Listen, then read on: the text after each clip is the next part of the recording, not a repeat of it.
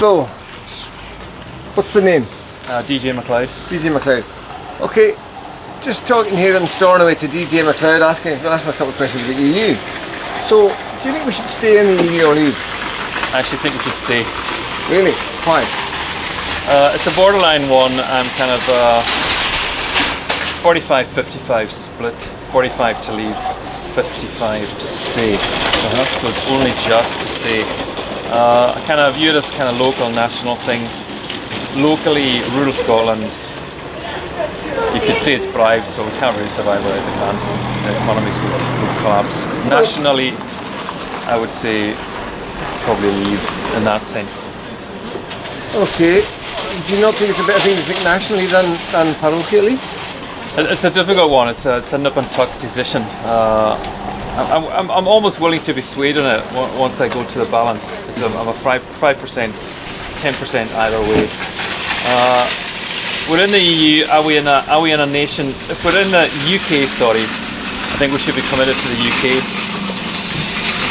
It hurts me to say this. Sadly, I'm in Scotland. I voted to stay in the UK, which isn't committed to the UK.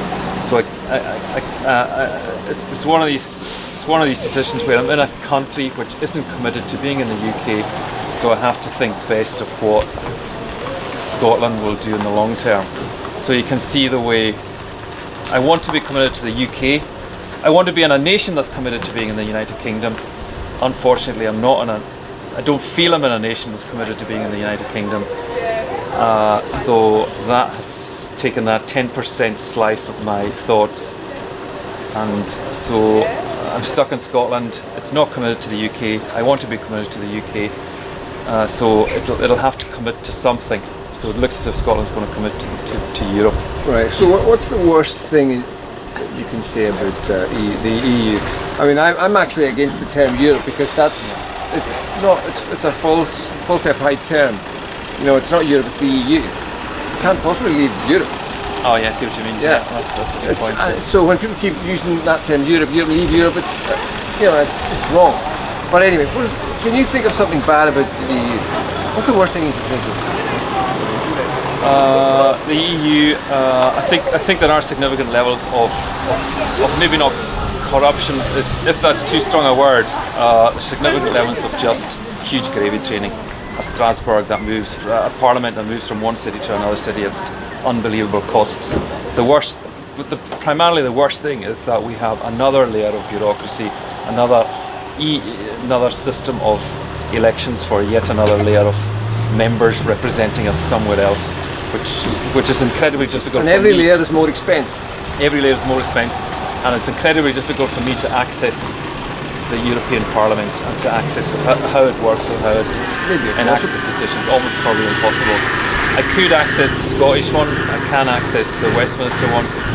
Another layer.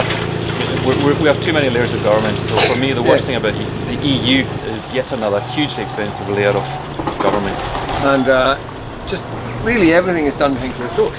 In truth. Yeah.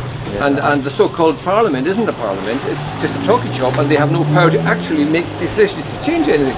There's a clique at the top that does that. And they are not elected, and it's far from democratic. It's far from democratic, that's true. That is, I do accept that. Yeah, and really when you think about things and the importance of transparency, would you not then say that these points alone are reason enough to come well and truly out of it? It could be, but it's tempered by the other events that took place in the Scottish political landscape, which was the referendum, which complicates it for me. Yes, I can see how it could, but I find it easy to get around these complications because with referenda, I don't think there's any true reason for complexity. They are a fundamentally simple, they're always about fundamentally simple issues. That's why it's a referendum, it's a yes or no, not out. It's a yes or no, so it should not be about millions of little side issues and what about my pennies? Right, whoa, stop. It's the bigger issue here, it's the bigger picture. We've got to step back and ignore these little distractions, because that's all they are, from the main issue. The main issue is sovereignty. Sovereignty, yeah. That's the only issue. Is sovereignty important or is it not important? Right? And if it is important, why is it important? Right? With the referendum, with the Scottish referendum, the SNP were of the view that we must be independent, right? Okay, you're of that view. Why? Oh, because, as one man put it and kept putting it, because we've been royally shafted. Okay, perhaps not. But there's such a thing as the principle we've got to bring this into it. In law, the principle is innocent until proven guilty. Do you have an allegation? Then prove it. The SNP don't have to prove it. They think if you shout it and keep shouting it and stir everybody up, that's fine. Well, that's not fine. It must be proven. Yeah. Yeah. But they make no attempt to prove it. Well, they can't. Yeah. They would love to, but they can't. Yes. They would love to have this ball of evidence, undeniable evidence they could place before us, but of course they don't have it. And people keep bringing the crystal ball out. And now I'm back to the European one again. Okay. And they keep doing that. Yeah. And you know the thing, you know how they're using scaremongering tactics and everything. And you know what the SNP were accusing us of then? I mean, me being a unionist, us being unionists, what the SNP were accusing us of then was scaremongering, right? But you know, what were we saying? We were just saying, well, it's a good union, this. We all speak the same language, we all have the same culture. It's worked for centuries. What's not to like? Yeah. Yeah, you always get corruption with human beings. You always do. Yeah. Which is why you need democracy and accountability. But then we'll look at Europe again. Okay, what we got a block of countries, and everything's different. The languages are different. We already know what happened with the euro. Yeah. And that's another thing, the euro. Yeah, the same people that are telling us the sky's going to fall in now are the same people who said if you don't join the euro, the sky's going to fall in. Yeah. And they were so wrong. And now the same people are lining up to say the sky's going to fall in if you leave. Oh, and you could ask them, where do your wages come from?